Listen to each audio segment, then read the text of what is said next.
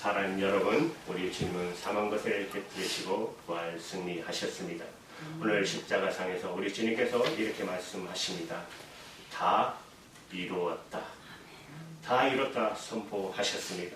여러분, 이것은 성취의 말씀입니다.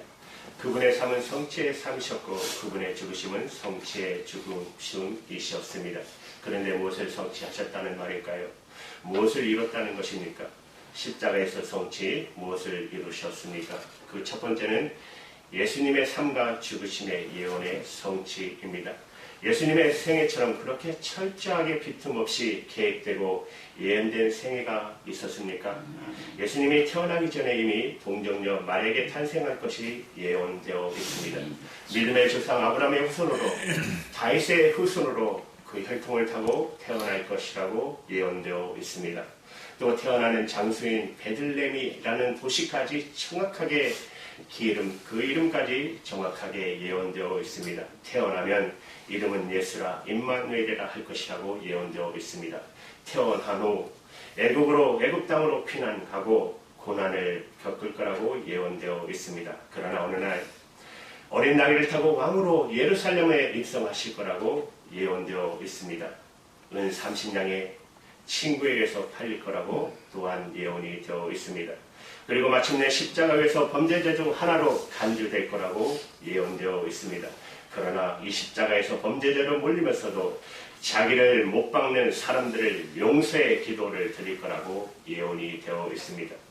그 십자가에서 성부 하나님마저조차 버림받아 엘리 엘리 라마 사박다리 나의 하나님 나의 하나님 어찌 나를 버리셨는가 부르짖을 거라고 예언되어 있습니다. 마지막 고통 속에 목이 가라요 초를 마시게 될 거라고 시편에 정확하게 예언되어 있습니다. 오늘 본문 말씀을 보시면 29절부터 보시면 거기 신포도주가 가득히 담긴 그릇이 있는지라 사람들이 신포도주를 머금는 행을 옷을추에 메어 예수의 입에 대니 예수께서 신포도주를 받으신 후 가라사대 다 이뤘다. 구약 성경의 예언, 예수님의 생애에 대한 마지막 예언이 성취된 직후에 예수님은 다 이뤘다라고 말씀하고 계십니다. 이 세상에는 여러분 종종 악기를 잘 예측한다는 얘기가 사람들의 입에 회자되기도 합니다. 그들의 예언은 어떤 날 어떤 사건에 대해서는 그나마 좀 맞출 수 있으나 그러나 그런 사람들이 실패한 예언에 대해서는 별로 말하지 않습니다. 어느 누구도 이 땅에서 살았던 사람들 가운데 틀림없이 그의 모든 예언이 적중된 경우는 단 한 번도 없습니다. 그러나 출생에서부터 죽음에 이르기까지 그 수많은 예언이 빈틈없이 완벽하게 완성된 성취, 예수님의 경우와 비슷한 경우를 여러분 혹시 알고 계십니까? 그리스도의 생애가 차별성을 지니는 이유가 무엇일까요? 예수님은 생애에 대한 예언들이 모두 빈틈없이 적중된 이 완성을 어떻게 여러분 설명할 수 있습니까? 예수님의 삶은 그리고 예수님의 죽으심은 하나님의 계획입니다. 그리고 하나님에 의해서 완성하신 것입니다. 예수님은 이 세상을 살아가는 동안에 끊임없이 이렇게 말씀하셨습니다. 나는 아버지의 뜻을 행하러 왔나이다. 그리고 그 뜻이 마지막에 완성되는 그 순간 예수님은 십자가의 고통의 절정 속에서 기쁨과 감격으로 이렇게 외치셨습니다. 다 이뤘다. 다 이뤘다. 여러분 할렐루야 아닙니까? 아멘. 그리고 이제 예수 그리스도께서 사망 권세를 깨뜨리고 부활하심은 예수님의 승리하셨음을 선포하는 확증적인 선포인 것입니다. 그래서 사도 바울은 로마서 1장 2절 4절에서 이 복음에 대해서 이렇게 말하고 있습니다. 이 복음은 하나님의 선지자들로 말미암아 그 아들에 관하여 성경에 미리 약속하신 것이라. 이 아들로 말하는 육신으로는 다윗의 혈통에 나셨고 성결의 영으로는 죽은 자 가운데서 부활하여 능력으로 하나님의 아들로 인정되셨으니 곧 우리 주 예수 그리스도시라. 예수님의 부활은 예수님이 참으로 메시아였음을 입증하는 승리의 선포의 사건인 것입니다. 사랑하는 여러분, 예수 그리스도의 부활까지 이미 구약 성경에 정확하게 예언되어 있다는 사실을 알고 계십니까? 여러분 시편 16편 10절에 보시면 내 영혼을 음부에 버리지 아니하시며 주의 거룩한 자로 썩지 아니하게 하실 것이라고 했습니다. 그리고 시편 118편 17절에 보시면 이런 놀라운 예언이 기록되어 있습니다. 내가 죽지 않고 살아서 여호와의 행사를 선포하리로다. 여러분 다시 동일한 시편 22편에 보시면 시편 기자는 또 이렇게 선포합니다. 건축자의 버린 돌이 진 모퉁이의 머리돌이 되었나니 사람들이 버리고 거절하고 십자가에 못 박은 예수 그리스도께서 인생들의 산에 그리고 교회의 모퉁이 될 것이라고 예언되어 있는 것이에요. 이것을 성취하는 이 놀라운 승리를 선포하는 십자가상에 해서 부활에 승리하는 그날에 관해서 여러분 시편 118편 24절에는 또 이렇게 선포하고 있습니다. 같이 읽을까요? 시작. 이날은 여호와의 전하신 것이라. 이날에 우리가 즐거워하고 기뻐하리로다. 부활은 바로 예언을 성취하는 놀라운 승리를 확증한 하나님의 선포인 것입니다. 사랑하는 여러분, 우리는 글쎄 십자가의 죽음 앞에서 어쩌면 그것은 패배였다라고 말할 수도 있을 것입니다. 그러나 예수 그리스도께서 죽음을 이기시고 부활하신 날 그분의 삶이 승리의 삶이었음을 입증된 것입니다. 그분은 메시아로 오셔서 하나님의 주신 사명을 성취하고 다시 부활 승리하셨습니다. 이는 하나님의 승리인 것입니다. 이는 우리의 승리인 것입니다. 예수 그리스도의 십자가상의 이 외침, 여러분 다 이뤘다는 예언을 성취하신 승리의 선언인 것입니다. 사랑하는 여러분, 십자가에서 성취, 예수님의 성취 두 번째는 율법의 성취를 말하고 있습니다. 예수님께서 일찍이 산상수훈에 이런 말씀을 하셨습니다. 마태복음 5장 17절 18절에 보면 내가 율법이나 선지자를 폐하러 온 줄로 생각하지 말라. 폐하러 온 것이 아니요 완전케 하려 함이로다. 예수님께서는 율법을 완성하기 위해서 오셨다고 말씀하시고 계세요. 18절에 보면 진실로 너에게 이르노니 천지가 없어지기 전에는 율법의 일정 이력도 반드시 없어지지 아니하리라. 다 이루리라. 예수님께서 왜 율법에 대해서 이렇게 지켜야 할 의무를 가지셨을까요? 여기 율법을 참으로 다 지킨 사람이 있다고 우리에게 모범을 보이기 위해서입니까? 아니 그분은 율법을 지켜야 할 어떤 의무가 있었던 율법에 종속된 율법보다 못하는 사람이었기 때문입니까? 아닙니다. 사도 바울은 갈라디아서 4장 4절 5절에서 이렇게 외칩니다. 때가 참에 하나님이 그 아들을 보내사 여자에게 나게 하시고 율법 아래게 나게 하신 것은 율법 아래 있는 자들을 속량하시고, 여러분 이 말씀의 뜻은 하나님의 율법을 깨트리고 하나님의 율법에서 정죄되어 하나님의 저주를 피할 수 없었던 저와 여러분, 사람들을 대신하여 그 율법을 지키심으로 사람들이 율법을 깨트린 결과에 대해서 대신 저주를 받으심으로 율법을 주신 하나님의 공의를 만족시키시고 하나님의 율법을 성취하시기 위해서 이 땅에 오셨다는 것입니다. 그래서 율법은 언제나 그 성격상 완전함을 요구하고 있습니다. 그러나 사람들은 율법을 깨트렸습니다. 하나님이 하라는 것은 하지 못했고 하나님이 하지 말라는 것은 이미 해버렸습니다. 우리는 죄인이었습니다. 그래서 우리는 율법을 따라 하나님의 저주를 피할 수가 없었습니다. 그런데 성경은 갈라디아서 3장 13절에 그리스도께서 우리를 위하여 저주를 받은 바 되사 율법의 저주에서 우리를 속량하시느니라고 말씀하십니다. 사람이 여러분 법을 어기고 법을 깨트리면 반드시 법의 처벌을 받아야 합니다. 그때 법은 만족될 수가 있기 때문에 율법을 깨트리고 하나님의 저주를 피할 수 없었던 인간의 허물을 담당하신 예수 그리스도 주님은 십자가에서 인류를 대신해서 그 저주를 대신 받으심으로 저와 여러분 우리 죄를 속량하신 것입니다. 이 속량했다는 말은 원래 빚이 해결됐다라는 뜻입니다. 죄인은 인간이 하나님 앞에 지고 있는 도덕적인 빚과도 같다는 것입니다. 갚지 않으면 안 되는데 문제는 인간에게는 제 빚을 갚을 능력이 없다는 것이에요. 이것이 인간의 도덕적인 딜레마가 아닙니까? 인간은 이 빚을 하나님 앞에 갚을 수가 없습니다. 죄인이기 때문에. 그런데 예수님께서 저와 여러분 우리의 죄를 짊어지시고 그 죄에 대한 저주를 대신 받으심으로 말미암아 십자가에서 우리의 죄를, 우리의 구체를 해결해 주신 것입니다.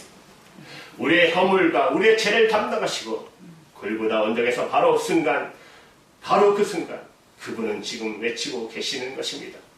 다 이뤘다. 여러분 같이 해볼까요? 다 이뤘다. 다 이뤘다. 사랑하는 여러분, 우리의 죄의 빛이 해결됐습니다. 한 신학자가 이 말씀을 묵상하다가 이런 놀라운 말을 했습니다. 예수님이 십자가에서 우리의 죄를 짊어지시고 그 저주를 대신 받으시기 위해서 거룩하신 몸으로 하나님의 형벌을 대신 받으시면서 마지막 피 한 방울을 골고다 언덕에 떨구시던 바로 그 순간 골고다 언덕의 먼지들은 다 이뤘다라고 소리쳤다. 이 먼지를 맞으면서 날던 새들도 다 이뤘다라고 외쳤다. 이 새들은 소리를 들은 구름은 더 높은 구름을 향해서 다 이뤘다고 외쳤다. 이 구름은 더 높은 곳에 있는 보좌를 옹이하는 천사들을 향해서 다 이뤘다고 말했다. 주의 천사들은 일제히 보좌에 앉으신 거룩하신 하나님을 향하여 엎드리며 아버지여, 하나님 아버지여, 당신이 보내신 독생자 예수 그리스도께서 사명을 성취하셨습니다. 다 이루셨습니다라고 외쳤다. 주님은 십자가에서 율법을 성취하신 것입니다. 동시에 십자가에서 구원을 성취하셨습니다. 사랑하는 여러분, 이제 마지막으로 십자가의 성취, 세 번째는 저와 여러분의 구원의 성취입니다. 예수님은 예언을 성취하셨습니다. 율법을 성취하셨습니다. 그리고 우리의 구원을 성취하셨습니다. 예수님께서 우리의 죄의 대가인 저주를 대신 받으시고 십자가의 고난을 받으셨습니다. 이 고난이 완료되는 바로 그 순간 저와 여러분, 우리의 구원이 완성된 것입니다. 그렇다면 구원이 완성됐다는 것은 무엇을 뜻하는 것일까요? 그것은 이제 저와 여러분의 구원을 받기 위해서 우리가 해야 할 일이 아무것도 없다는 것입니다. 다 이뤘다. 예수님 주께서 구원을 완성하셨습니다. 예수님께서 구원을 완성하시고 이루어 놓으셨습니다. 저와 여러분이 보탤 것이 없습니다. 여러분, 알렉산더 우트라는 유명한 전도자가 있는데 그 전도자에게 어느 날 청년 한 명이 찾아왔어요. 그리고 우트 목사님에게 목사님, 제가 구원을 받기 위해서 무엇을 해야 할까라고 질문합니다. 이때 이 우트 목사님은 청년에게 너무 늦으셨습니다 라고 말합니다. 깜짝 놀란 청년이 늦다니 하고 묻자 목사님은 구원은 완성이 되었기 때문에 당신이 해야 할 일은 아무것도 없습니다라고 대답했습니다. 여러분, 복음서를 보면 동일한 질문을 했던 어떤 젊은이 청년이 기억나지 않으십니까? 청년이 주님을 찾아와 선한 선생이요, 제가 무엇을 해야 영생을 얻을 수 있습니까? 무엇을 해야 구원을 얻을 수 있습니까? 라는 질문 자체가 잘못된 전제가 들어있다는 것이에요. 자기가 무엇을 해야만 구원을 얻을 것으로 생각한 것이에요. 사랑하는 여러분, 저와 여러분이 할 일은 아무것도 없습니다. 해봤자 그거 가지고 하나님 앞에 설 수도 없습니다. 내가 나를 구원할 수 있다면 예수 그리스도께서 이 땅에 오실 필요가 뭐가 있겠습니까?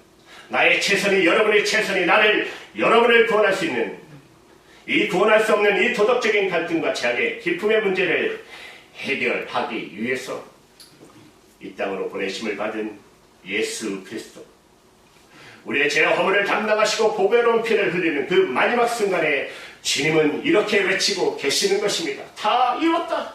이제는 구원이 완성된 것입니다. 이 구원의 완성을 저와 여러분은 다만 믿음으로 선물로 받아들이면 되는 것이에요. 사랑하는 여러분, 예수님께서 우리가 죄와 허물을 십자가에서 다 깨끗이 씻어 주심을 믿으십니까? 우리를 구원해 주신 것을 믿으십니까? 이것이 바로 복음의 핵심입니다. 사도 바울은 로마서 6장 23절의 복음의 핵심을 선포하고 있어요. 제사는 사망이요 하나님의 은사, 선물은 그리스도 우리 주 안에 있는 영생이다. 아멘이십니까? 아멘. 영원한 생명은 선물로 주어졌습니다. 저와 여러분이 받기만 하면 되는 것입니다. 사도 바울은 에베소서 2장 8절 9절에 이렇게 우리에게 선포하고 있습니다. 너희가 그 은혜를 인하여 믿음으로 말미암아 구원을 얻었나니 이것이 너희에게서 난 것이 아니요 하나님의 선물이라. 행위에서 난 것이 아니니 이는 누구도 자랑치 못하게 함이라고 말씀하고 있습니다. 저와 여러분은 이 구원을 선물로 받게 된 것입니다. 값없이. 여러분 믿으십니까? 아멘. 그런데 우리가 예수님 믿고 제사를 받았다는 고백은 구원의 소극적인 측면만 강조한 것입니다. 구원의 적극적인 측면은 제 사함을 받았을 뿐만 아니라 의롭다 함을 얻어 의로우신 하나님과의 깊은 교제 안에 새로운 삶을 살게 됐다는 것이에요.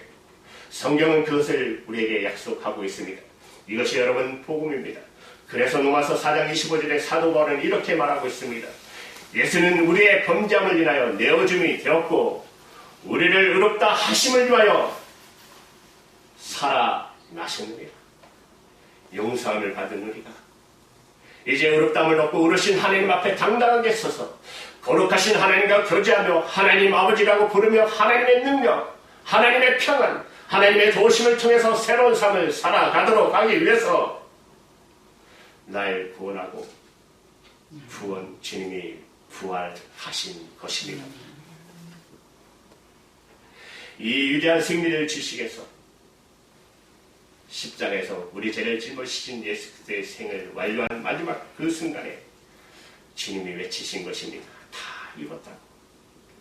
예수님은 이제 우리가 용서받고 새로운 삶을 사는 이 놀라운 변화의 소망을 위해서 부활하신 것입니다. 성령으로 이 시간에 우리에게 다가오십니다. 오늘 우리의 삶이 아직도 어둠 속에 있다면 여러분 왜 그럴까요? 혹시 부활의 주님을 만나지 못했기 때문은 아닙니까? 아직도 죄 속에 있기 때문 아닌지요? 내가 해결할 수 없는 죄의 문제. 그래서 예수님께서 오셨고 십자가에서 우리의 죄싹을 지불하셨고 저주 받으심으로 우리의 구원을 이루어 놓으셨다면 우리가 해야 할 일은 아무것도 없습니다. 이 구원의 영생의 선물을 믿음으로 받으시기만 하면 되는 것입니다. 혹시 구원은 받았지만 아직도 내 삶에 패배가 있다면 왜 그럴까요? 내 눈이 가리워져서 부활하신 주님을 보지 않기 때문은 아닙니까? 그렇다면 십자가를 여러분 다시 바라보시기 바랍니다. 그러면 우리의 의심의 안개는 거칠 것입니다. 승리의 십자가가 보일 것입니다. 부활의 승리를 보게 될 것입니다. 예수님께서 죄와 사망과 원수 사단을 깨뜨리고 부활 승리하셨습니다. 이 주님을 신뢰하시기 바랍니다. 그리고 부활의 주님을 다시 사신 주님을 의지하고 내게 주어진 나머지 삶을 믿음으로 소망으로 사랑으로 살아가시기를 주님의 이름으로 축원합니다. 기도합니다. 고마우신